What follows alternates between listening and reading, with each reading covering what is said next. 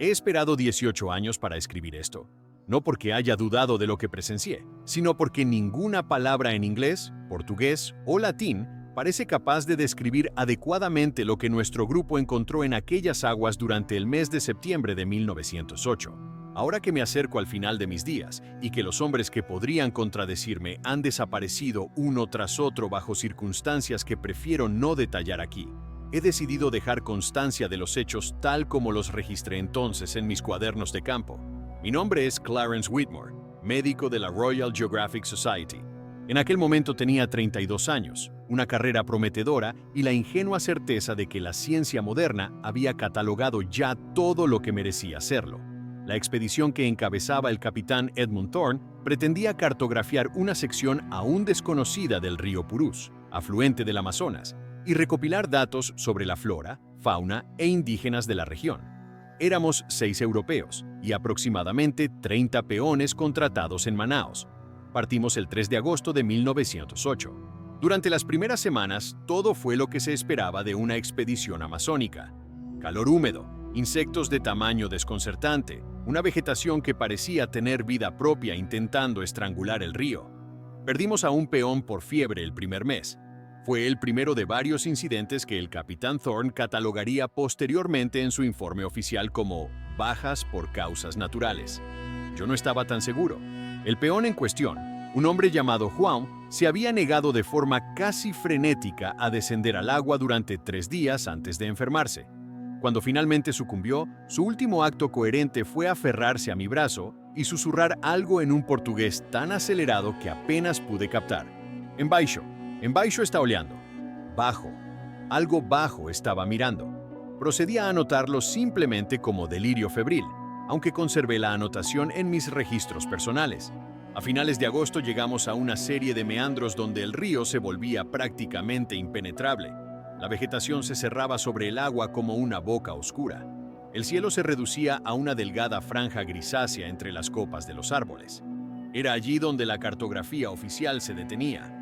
A partir de ese punto, las aguas no tenían nombre. El capitán Thorne decidió que estableceríamos un campamento base y realizaríamos exploraciones en botes pequeños. Fue una decisión militar razonable. Fue también donde comenzó a fallar nuestro equipamiento. Primero fue la brújula de Reeves. Se comportaba erráticamente, como si estuviera bajo la influencia de un campo magnético anómalo. Thorne lo atribuyó a depósitos de mineral en la región. La segunda fue la cámara fotográfica de Davidson, que simplemente dejó de funcionar. Las placas se velaban, aunque habían estado correctamente protegidas. Davidson, nuestro cartógrafo, se mostró visiblemente perturbado. Luego fue mi instrumental médico. 2 termómetros se fracturaron sin causa aparente. Estos eventos eran menores, insignificantes para un hombre como Thorne, que había sobrevivido a la campaña de Sudán y consideraba que cualquier contratiempo menor era señal de debilidad. Pero para quienes vivimos con la precisión de la observación científica, estas acumulaciones de anomalías son como grietas en una pared. No son el derrumbe, pero indican que algo cede bajo la superficie. El 15 de septiembre descendimos al río para la exploración que cambiaría todo. Éramos 5 en 2 botes. El capitán Thorne, su asistente Mitchell, Davidson con su cuaderno de bocetos, yo mismo y uno de los peones más confiables, un hombre de unos 40 años llamado Fernández. Los otros europeos permanecieron en el campamento. Thorne llevaba un rifle. Yo llevaba instrumentos de medición, frascos para especímenes y mi diario de observaciones. Davidson llevaba su cuaderno arruinado, ya sin fe en su capacidad para documentar nada adecuadamente. El agua estaba inusualmente quieta. Puedo escribir esto ahora con tranquilidad, pero en aquel momento, la calma me produjo una inquietud que no podía justificar. Un río amazónico nunca es completamente silencioso. Hay corrientes, hay vida que se mueve en las aguas, hay sonidos de los árboles que se mecen. Pero esa mañana había un silencio que parecía haber sido impuesto, como si la selva hubiera recibido una orden de permanecer inmóvil. Remamos durante aproximadamente 2 horas. Fernández llevaba el bote con competencia, aunque noté que evitaba dejar que su mano rozase el agua más de lo necesario.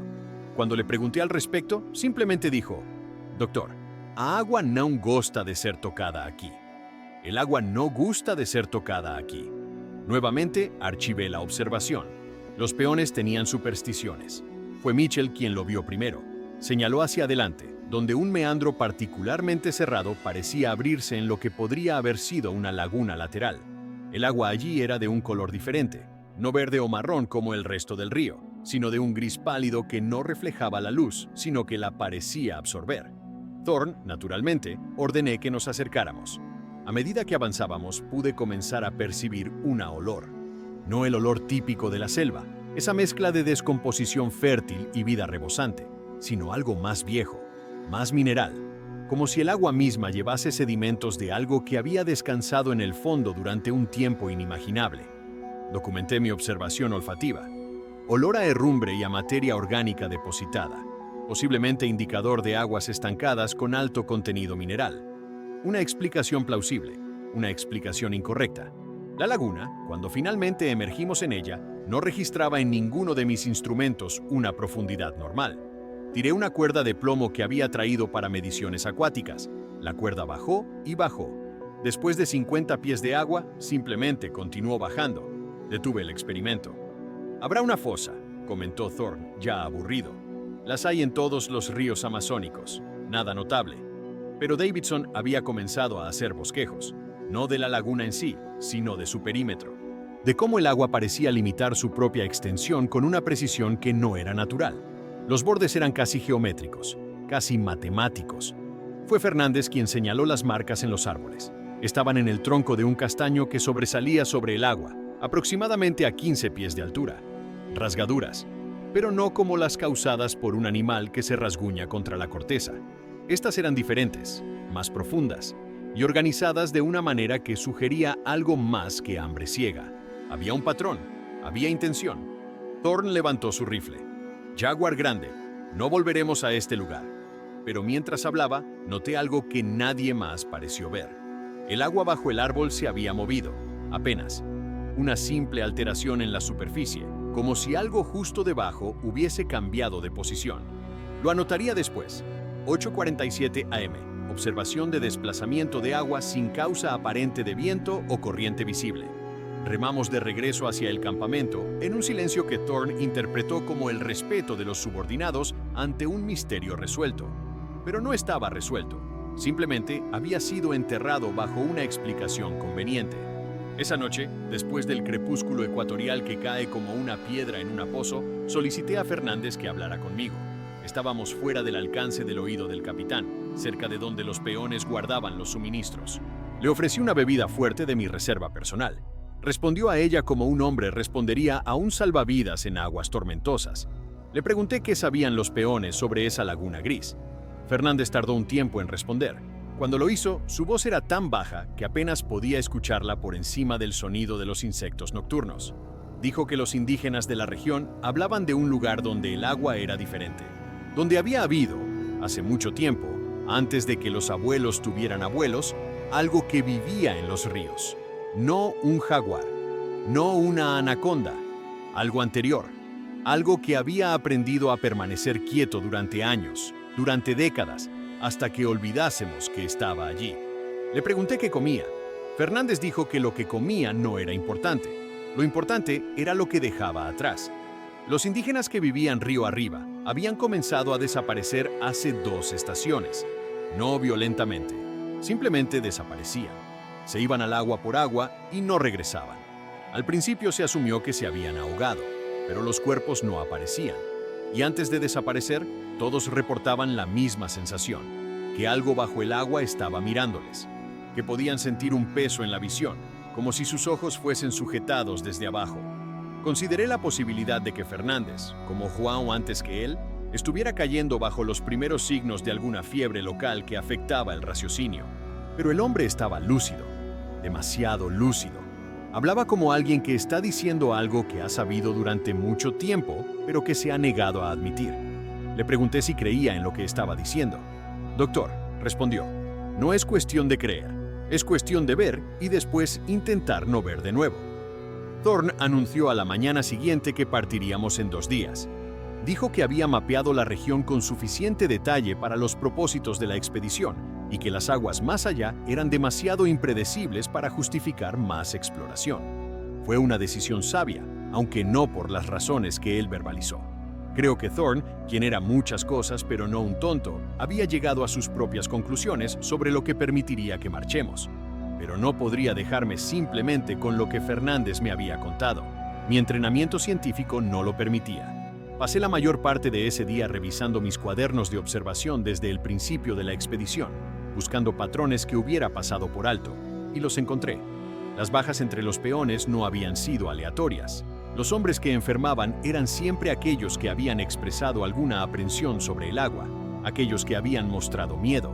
Era como si la enfermedad hubiera buscado a los más susceptibles psicológicamente y hubiera trabajado desde esa vulnerabilidad hacia afuera.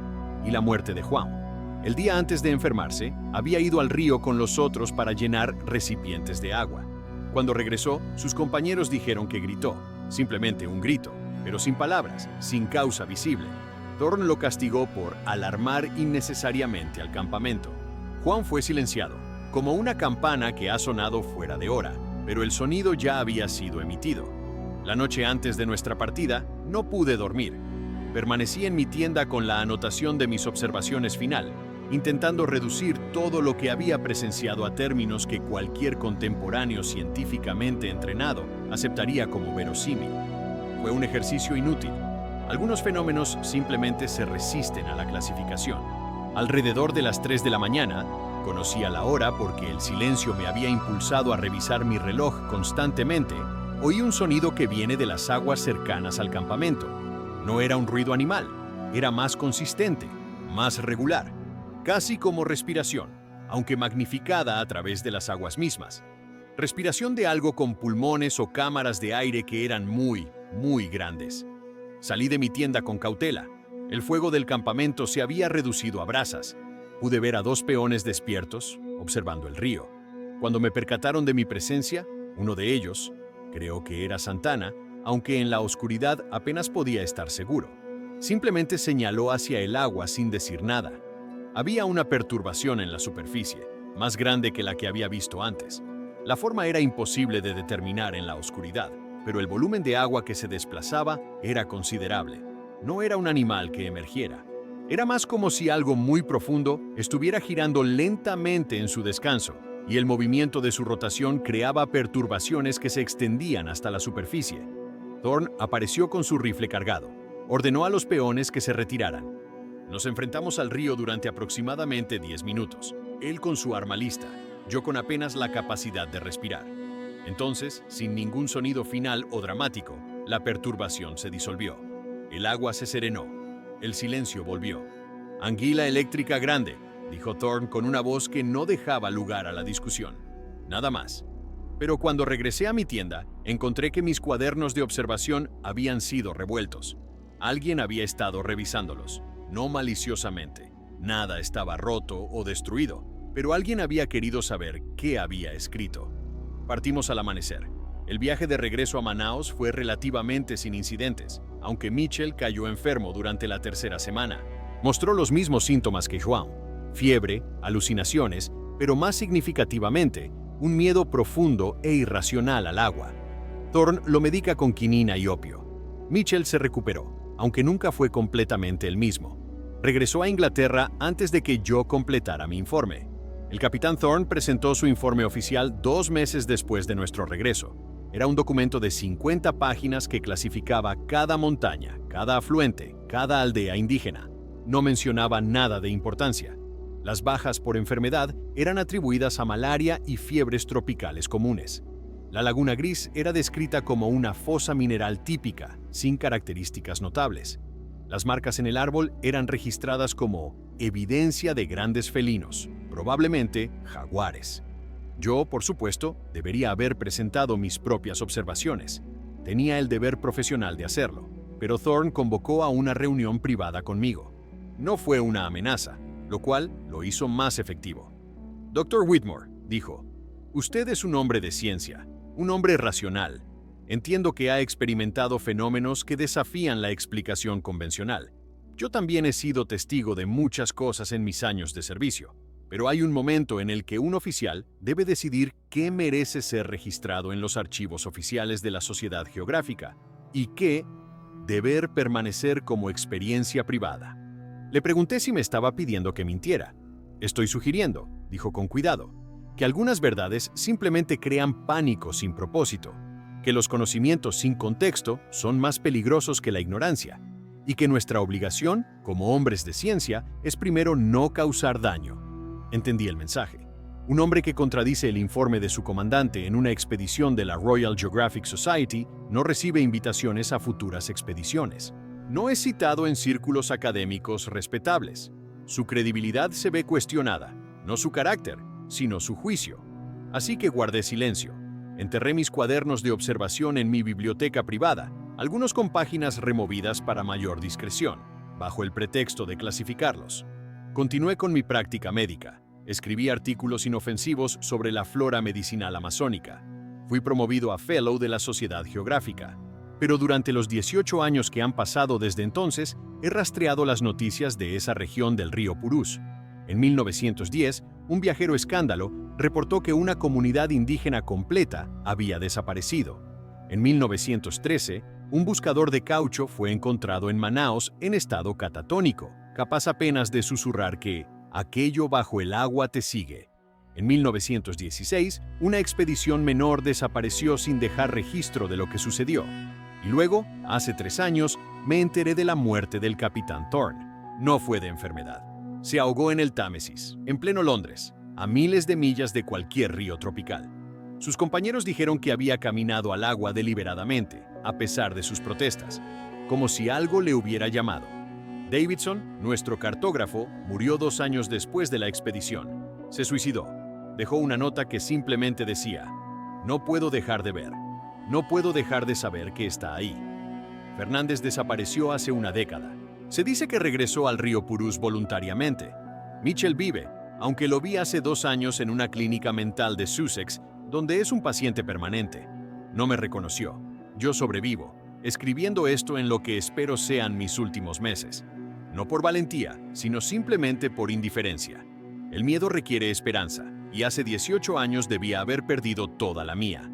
He considerado por décadas si debería revelar esto públicamente, si debo escribir una declaración formal que corrija el registro. Pero, ¿hacia quién? ¿La Royal Geographic Society? ¿Fueron cómplices en el silencio? ¿Las autoridades brasileñas? Ellas, más que nadie, comprenden qué vidas son dignas de protección. ¿Los periódicos? Se burlarían, y el ridículo acabaría con cualquier credibilidad. Así que he decidido escribir para los archivos, para dejar constancia, en estos cuadernos privados que algún día serán descubiertos, quizás no en mi vida, sino en las vidas de otros, de que hay hechos que ocurren más allá del alcance seguro de la clasificación y la medición. Hay cosas en lugares que no aparecen en mapas, que viven en el silencio de aguas que ningún hombre debería tocar, que observan con una paciencia que iguala a los siglos mismos. Lo que encontramos en esa laguna gris en 1908 no fue un descubrimiento, fue un encuentro. Y como todo encuentro genuino con lo verdaderamente desconocido, dejó cicatrices más profundas que cualquier arma podría haber grabado. Mi deseo final es que este documento permanezca donde está, privado, no oficial, sin peso en la historia registrada. La ignorancia que el capitán Thorne buscaba mantener tal vez fue, después de todo, un acto de misericordia. Hay ciertas verdades que, una vez conocidas, no pueden ser desconocidas. Y hay ciertas presencias que permanecen dormidas solo en tanto que permanecen sin nombre, sin atención, sin los ojos de aquellos que las reconocen como reales. Este no fue el único registro que hablaba de tales cosas. Durante mis investigaciones posteriores, he encontrado referencias dispersas en archivos de expediciones más antiguas. Un informe de 1876 de una misión fluvial portuguesa que abandonó su ruta sin explicación. Cuadernos fragmentarios de un jesuita de 1712 que describía una presencia en el agua que no era bestia ni espíritu, sino algo anterior a ambos. Menciones inadvertidas en diarios de misioneros del siglo XVII que hablaban de el antiguo que duerme en las aguas profundas. Archivos que permanecen dispersos, en catacumbas de instituciones que ya no existen o que deliberadamente los ignoran. Otros hombres han visto, otros han escrito, otros han callado como yo he callado. Y probablemente seguirán callando, porque el silencio, al final, es lo único que se interpone entre nosotros y el conocimiento de que no estamos verdaderamente solos en los lugares salvajes del mundo, de que hay inteligencias que preexisten a nuestro registro de ellas, de que el universo, a pesar de nuestros mejores instrumentos y nuestro lenguaje más preciso, permanece fundamentalmente indómito.